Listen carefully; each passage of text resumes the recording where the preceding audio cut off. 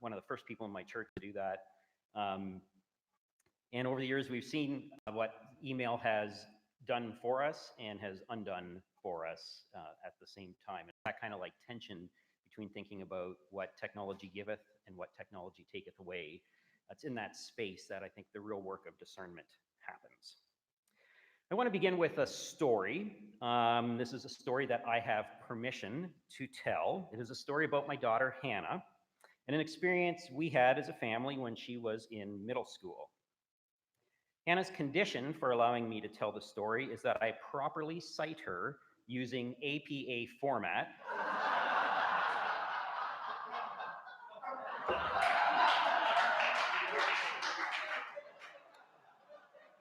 Which is very explicitly a jab because she knows that I prefer Turabian.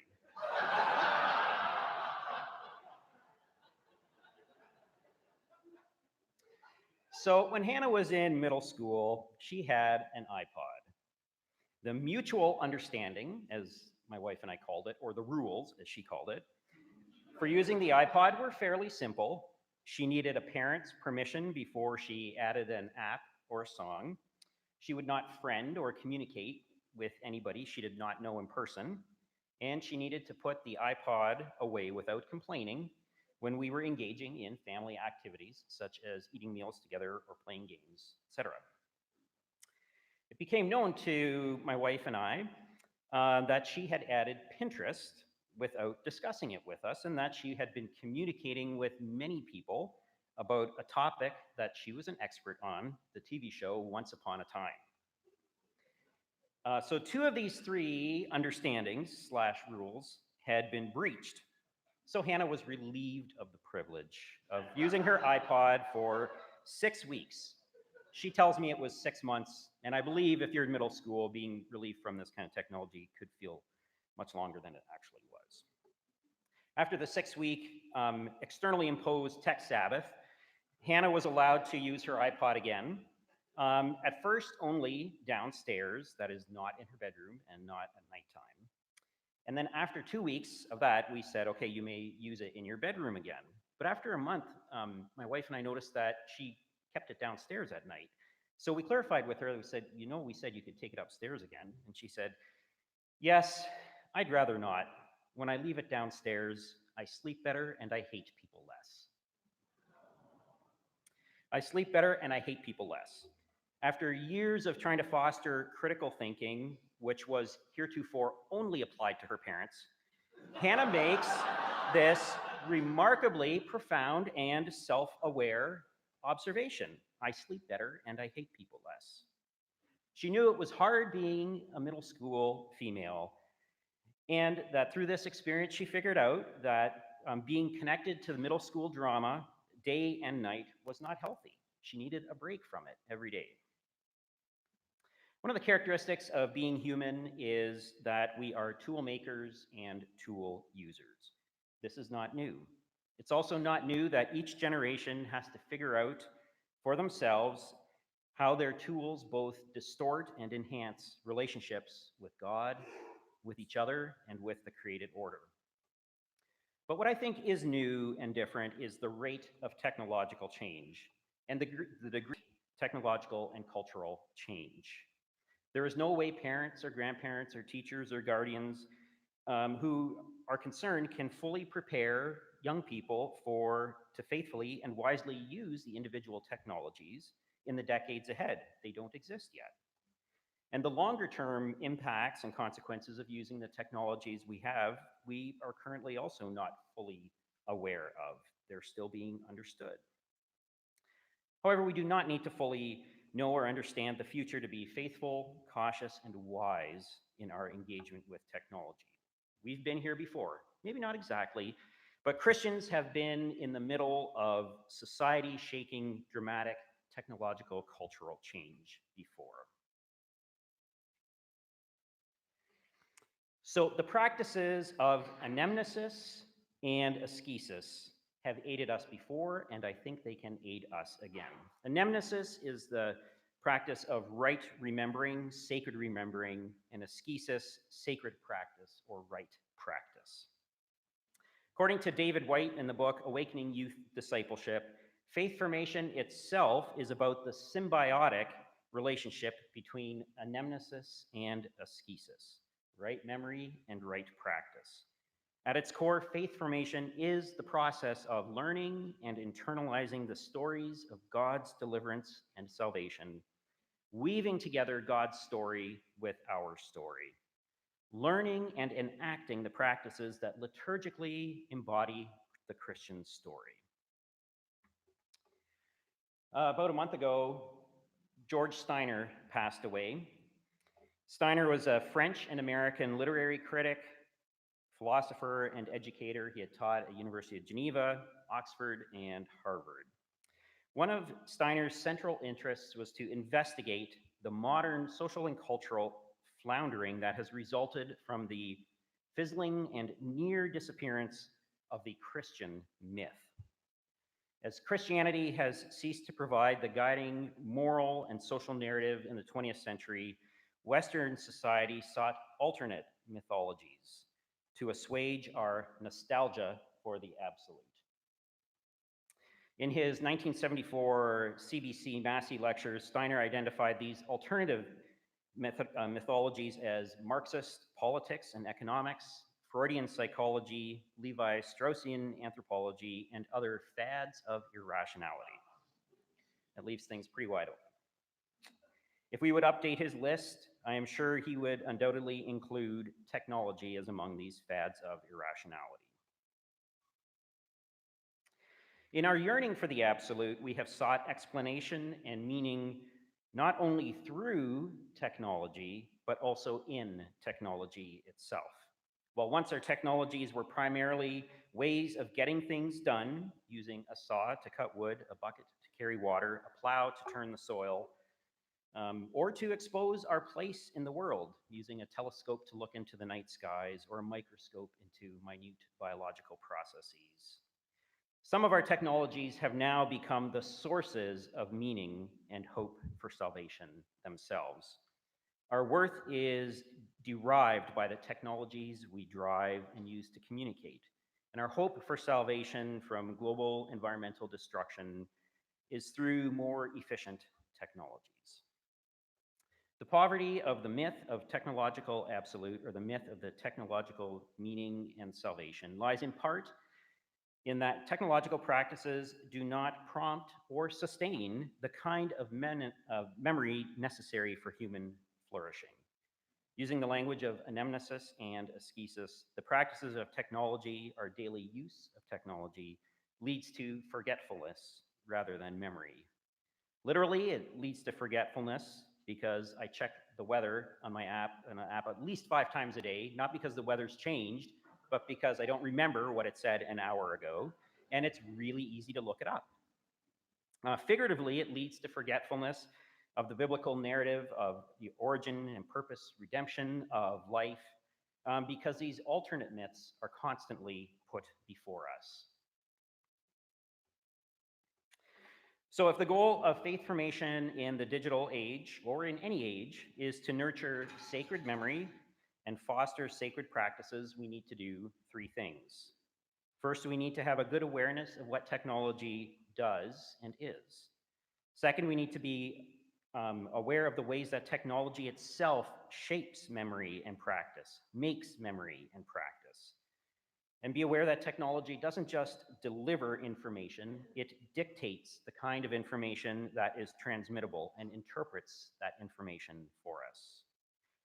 Third, to consciously and consistently address the ways in which technology misshapes the message and malforms the practices, so to offer correctives. The first task was addressed in the leadership clinic, led by the Scribes for the Reign of God on Monday. So I will simply here summarize what we spent all day talking about.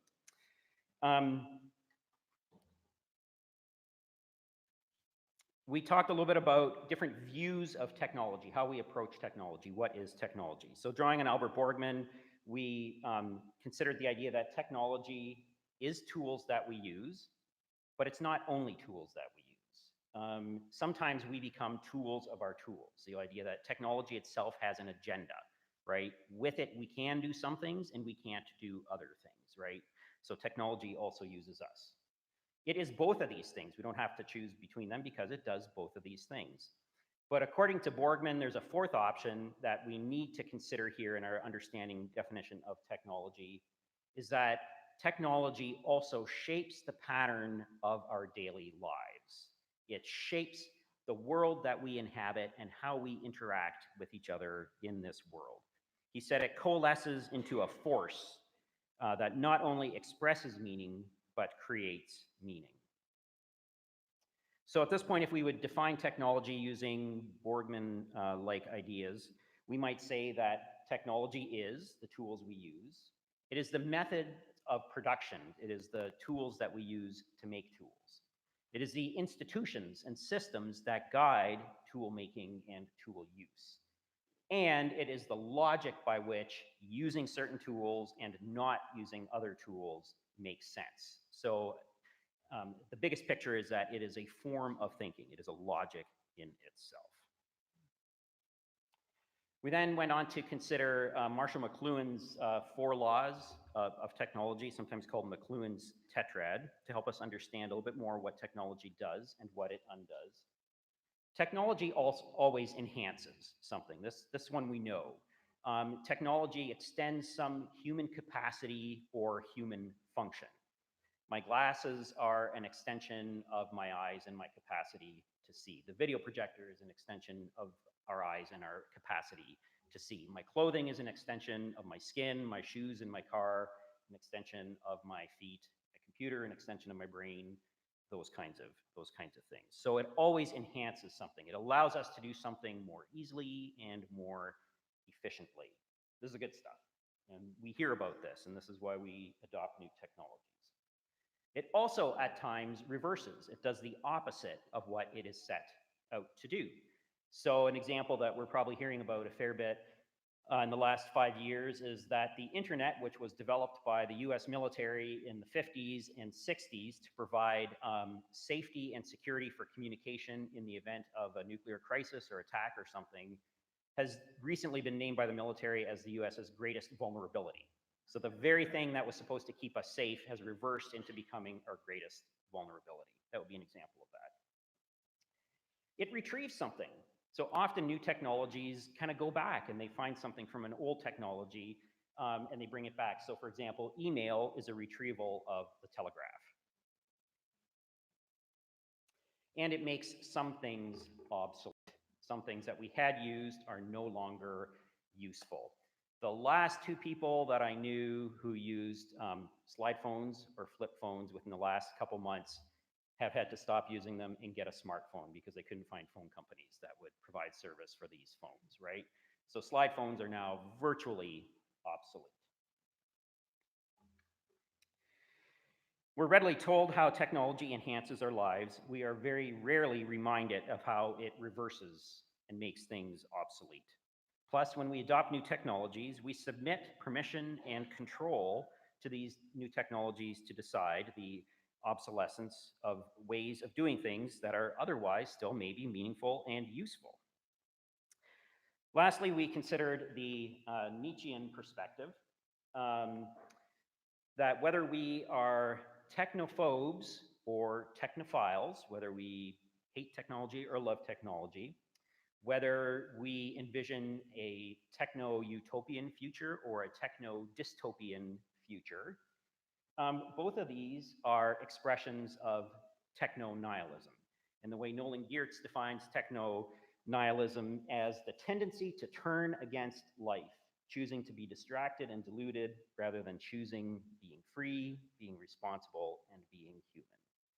Techno-nihilism is the avoidance of making decisions or taking responsibility, the surrender of our agency and destiny to others, and the detachment from the world. I'm sure you've sensed along the way here at this conference that among the different plenary speakers and workshop leaders, there is a generally open but critically aware posture that people are taking towards digital media and the function that it may have in faith formation.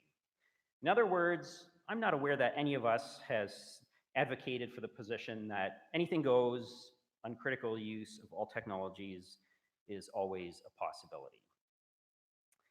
But I feel there is a question that I would like to always keep before us that I feel sometimes has been overlooked, and that is the question of whether, at least methodologically, the prior question of whether we should use a specific technology needs to occur before we decide how we need to use a specific technology. And I think sometimes when we start with the how question without asking the whether question, we're missing some really important steps. Melinda did a wonderful job on Monday night articulating what the space for discernment might look like, intentionally introducing orthopathy, right feeling, to the more familiar approaches for Mennonites of orthopraxy and orthodoxy, right practice and right belief. And she contributed by adding a robust set of considerations for our discernment: practical considerations, theological, ethical, ecclesiastical, identity, and relational. I think I got them all. Where we differ as presenters, however, is in at least two ways: whether we prefer to talk about individual technologies and their usefulness, or whether we prefer to talk about technology in general. And I'll just kind of note that sometimes I wish in English we had the distinctions that French and German have, where they have two different words for those things. In French, it's technique is about technology in general, and technologie is about specific technologies, right? So we just say technology. We have one word, and it's not always clear what we're talking about. For me, we're talking about both the large picture and the micro picture. In theory, I find myself being more cautious, on the more cautious side of things. In practice, I probably don't differ too much from my colleagues in terms of my use of technology. But the reason I espouse a theoretically highly critical approach to technology is that I believe very strongly that radical resistance, opting out or not opting in, always needs to be considered among the real and viable options. Critical Christian discernment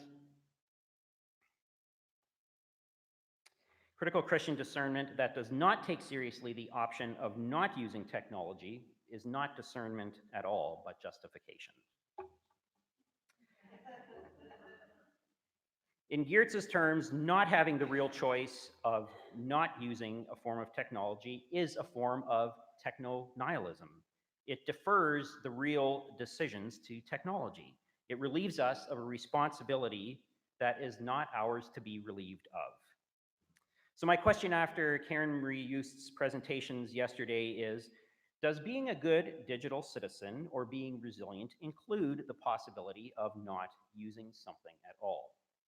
And I was trying to think of a good analogy. I only came up with an imperfect analogy, but my analogy has to do with consuming Oreos and alcohol and pot and meth.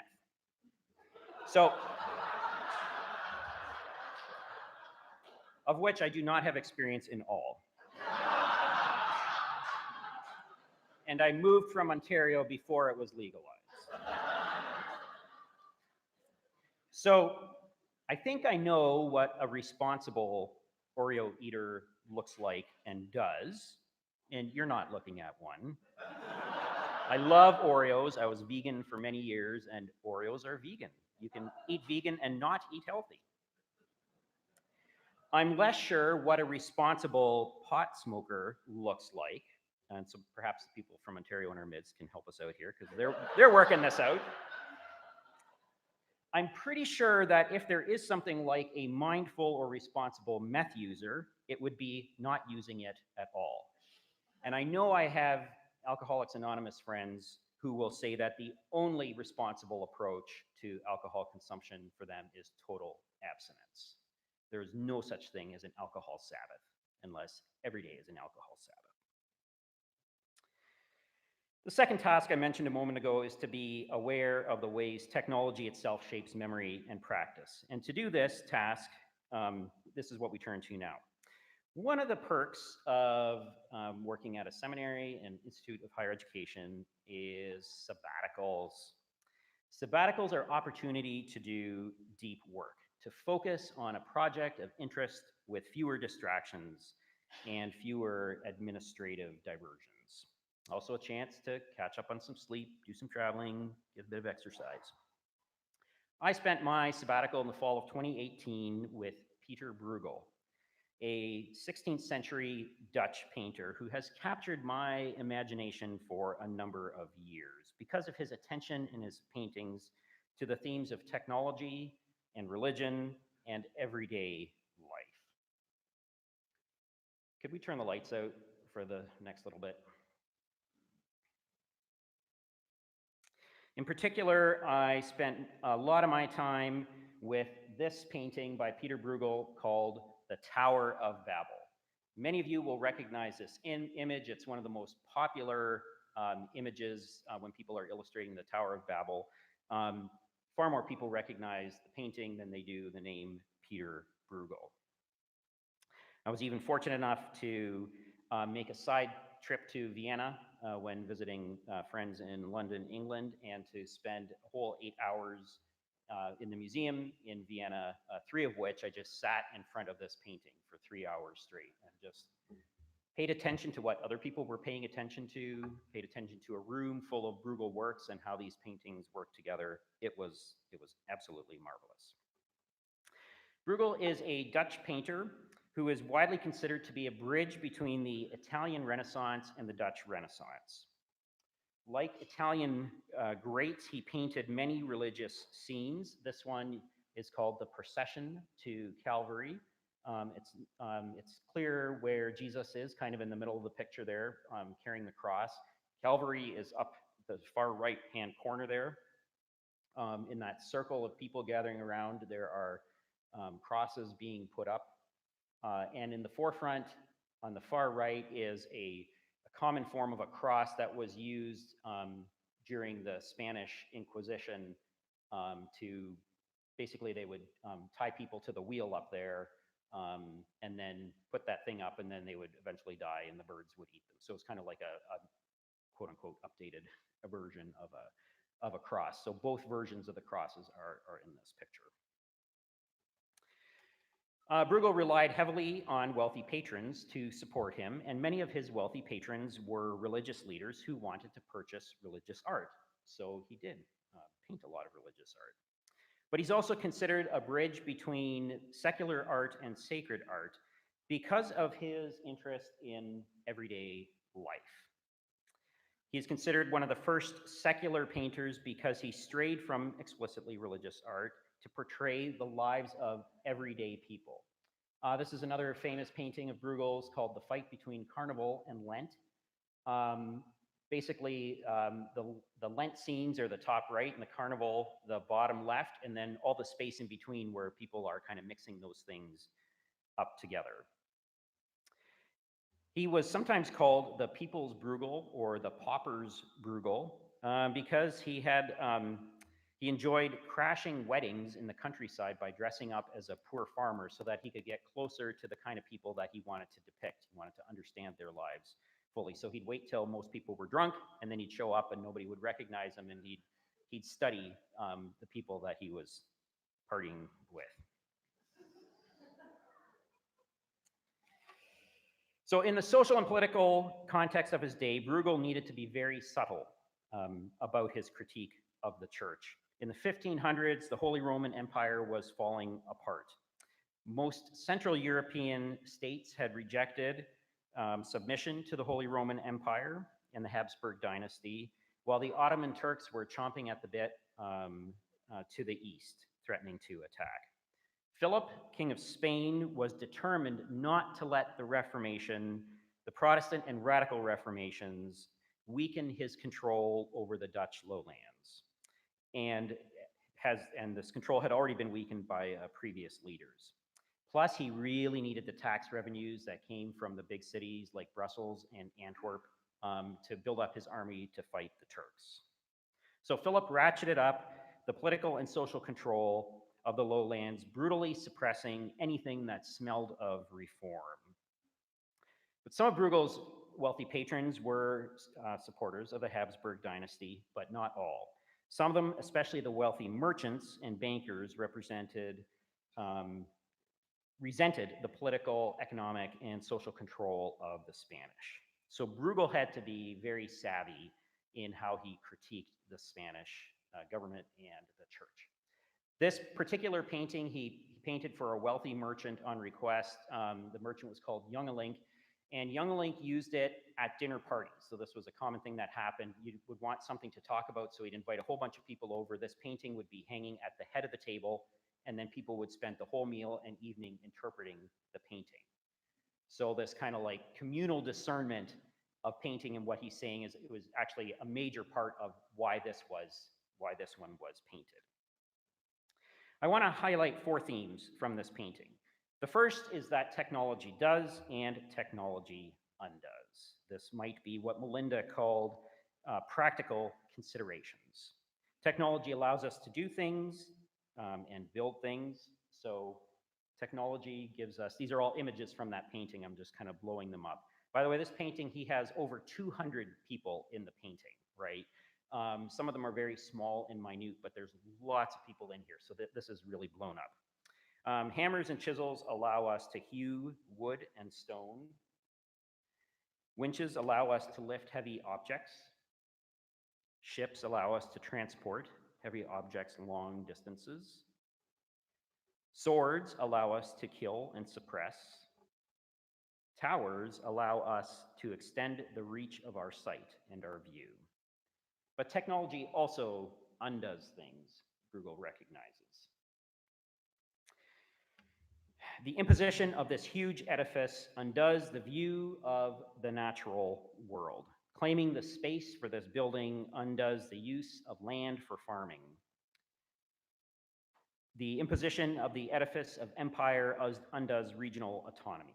The technologies of warfare allow the Spanish to impose heavy taxes on both the wealthy and the poor, undoing their ability to meet very basic human needs.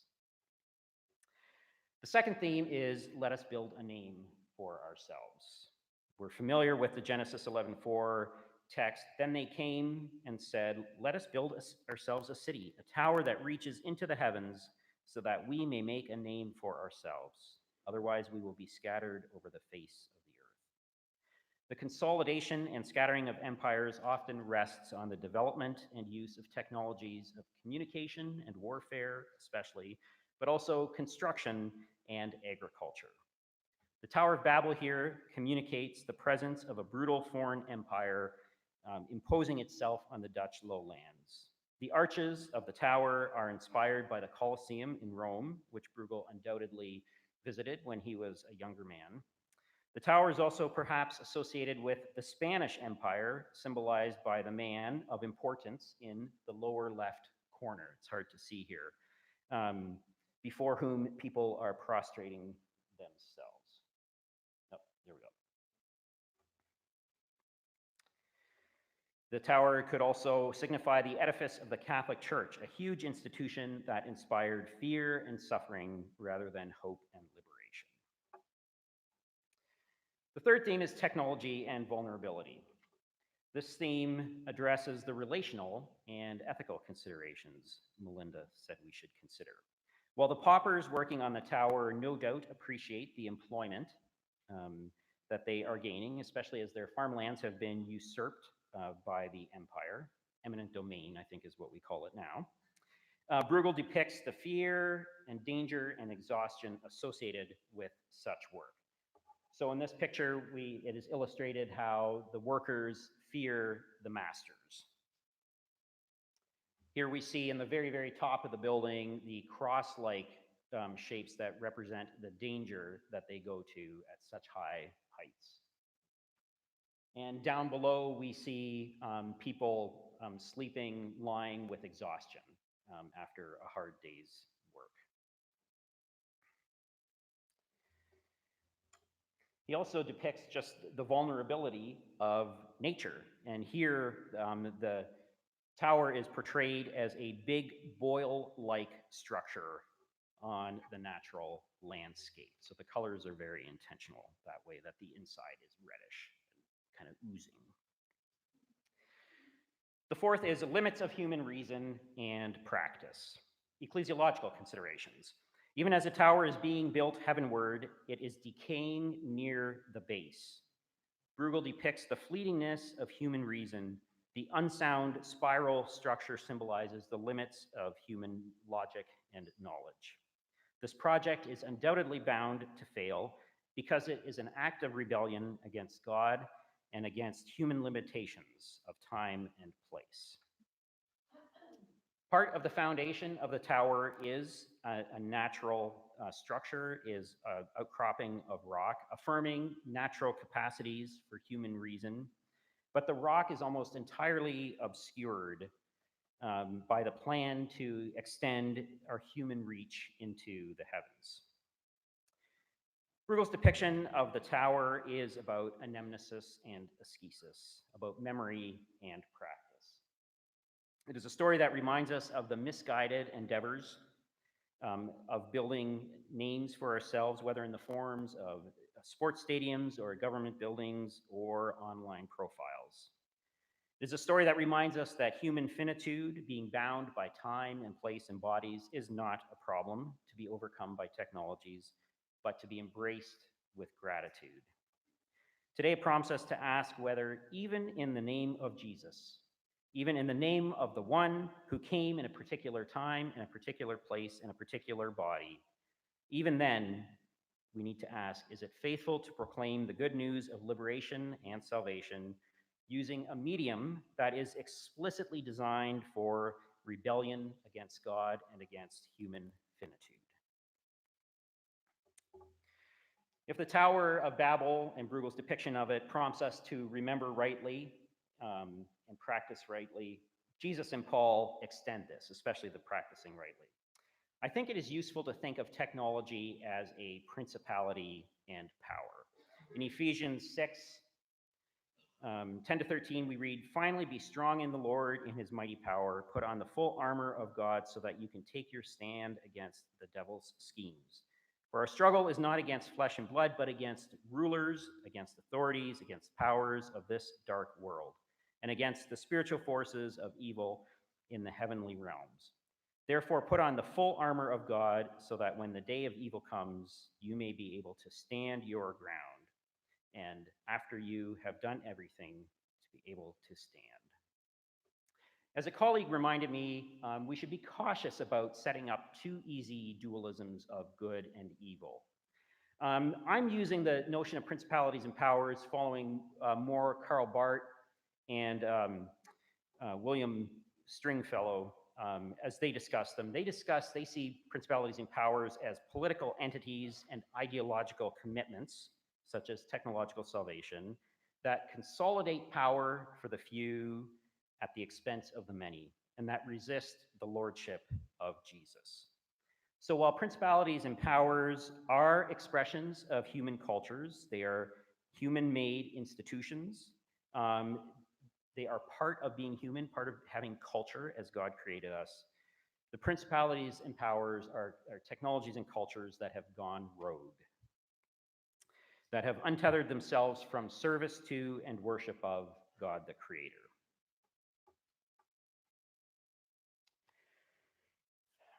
The title of this plenary was inspired by Douglas Rushkoff, a digital theorist and host of the podcast Team Human and author of a book by the same name. My introduction to Rushkoff came through a recent episode of the Canadian Broadcasting Corporation program Ideas, based on Rushkoff's presentation at the Fourth Waterloo Symposium on Technology and Society this past fall. Rushkoff prompts us with the question, is technology on Team Human?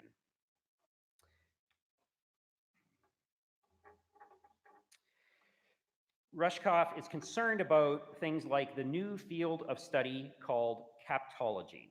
He describes it, when he describes, he says, there's this entire division at Stanford University called captology. It's a division that teaches developers how to capture human beings in a piece of technology. They learn to take algorithms from Las Vegas slot machines and port them into our news feeds. These are the folks that know how to go down into your brainstem and trigger your amygdala by any means necessary. And why is captology such an integral part of our social media? It is because human beings have now become the commodities that drive technological economy. If Rushkoff is right, it's not so important whether we use social media for the purposes of faith formation, or to hook up with someone on Tinder. Human emotions and thought processes are being mined and exploited for financial gain in either case. The new iteration of colonialism is the colonization of the mind. Never fear, Star Trek and Firefly fans, there is still space to be explored and colonized. But Rushkoff believes that a digital renaissance is possible. I'm a little less optimistic than he is that it is possible for two reasons. One is that using Geertz's understanding of techno-nihilism, digital renaissance and digital citizenship is still a turning against life. The second is that Rushkoff's hope is fundamentally atheistic. And as a Christian, I'm committed to an account of the past, including of creation, and to an account of the future, including the salvation of the world that is rooted in the work of God. So I want to turn to a few questions and approaches that can help us think about moving forward. Now, I know you probably came with lots of questions and you were hoping to go home with more answers than questions, and I am going to disappoint you. But I do want to remind you that often the answers are presaged in the questions. So the kinds of questions we ask are super important. Yep. Yeah, sure. The lights can be on again. Thanks. The first three questions that I think we need to ask are Amish questions, but I kind of think David Kramer is going to be addressing these tomorrow. So I'm not going to say more about these other than to highlight these are questions that prompt us to ask, in the long run, is using this technology going to enhance or hinder my relationship with God, my relationship with my family, and my relationship with my community? Not just today and tomorrow, but in the long run. The second set of questions is prompted by Neil Postman. He asks questions like, what is the problem that is being solved by adopting this technology, and whose problem is it? Some technological solutions come complete with problems. We didn't even know there was a problem until the solution came along. Sometimes we're asked to adopt technologies that solve problems that are not ours to solve. Sometimes we adopt technologies that create problems for other people that are not theirs to solve. What new problems will be caused by using this technology? So in what ways is the technological solution of today the crisis of tomorrow? And who will benefit most from adopting this technology? Who will be harmed? This question is hard because we are often told as consumers how we will benefit from adopting this technology. We are rarely told the downsides in the long term to us or to others around us. The next set of three questions are by Albert Borgman. To what extent does this technology orient me? Does it orient my eyes to other people's eyes, or does it orient my eyes to screens? Does it orient my bodies to other people's bodies, or does it orient them away from other people? Does it orient me to nature or orient me away from nature? And a great example of this is that for this presentation, nature is a real inconvenience because all that light coming down from up there, the light from heaven, this light that is meant to symbolize the light of God and future salvation, it is making projection and true colors very difficult here. So in this case, technology makes nature an inconvenience. We need to be aware of when it does these things to us. Does it form me to expect all of life to be fast, easy, and safe? Because the individual gadgets that I use are always promoted. The new ones are faster, easier, safer. And does this technology promote short, shallow, simplistic, unidirectional communication, or thick, deep, ongoing dialogue? The 10th question was inspired by Matt Carlson, a pastor from Akron Mennonite Church, who's with us today from the Leadership Clinic on Monday. And he asks, does using technology help me become more deeply and positively aware, self-aware of my body and of my emotions? Or does it numb me or make me feel more negatively self-conscious and lead to self-loathing? The 11th question is, does using this technology foster in me greater empathy? And 12th, when I use this, can others bear witness to the fruit of the Spirit that comes out of me? The fruit of love, joy, peace, patience, gentleness, kindness, and self-control. Is this the fruit that using this technology exhibits in my life, or is it another set of fruit? My concluding comment is this. Critical discernment by Christians about potential use of digital technologies is not first and foremost about being against technology or being against digital culture. It is first and foremost, for formation. The formation it takes for Christian memory and Christian practice.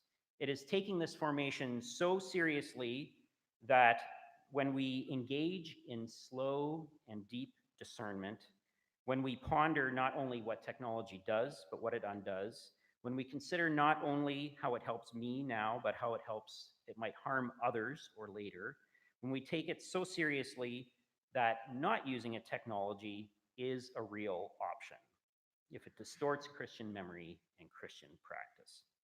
To be a member of a church is to be a member of a community that discerns together.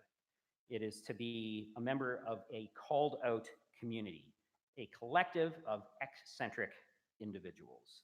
This eccentric ecclesia is other-centered. It has a different center, a different vision, a different hope than technological culture. And because we have a different center, we are going to look and act a little strange to other people.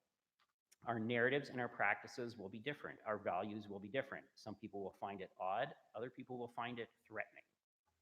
As Brian Moyer Suderman sums it up in one of his more popular songs that I like, when you learn to follow Jesus, you will act a little strange. People will stop and look. If I can have 2 minutes, I want to end with a commercial that kind of very lightly illustrates to me the idea that sometimes digital technologies just don't cut it. It's in French. Could we have the lights again, Brent? It's in French, but I think you'll be able to understand what's going on. Emma. Huh? Emma. Emma. Emma. Emma. Emma.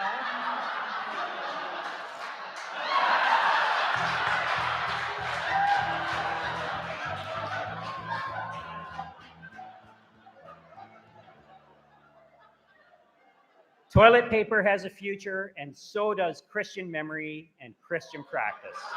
Amen.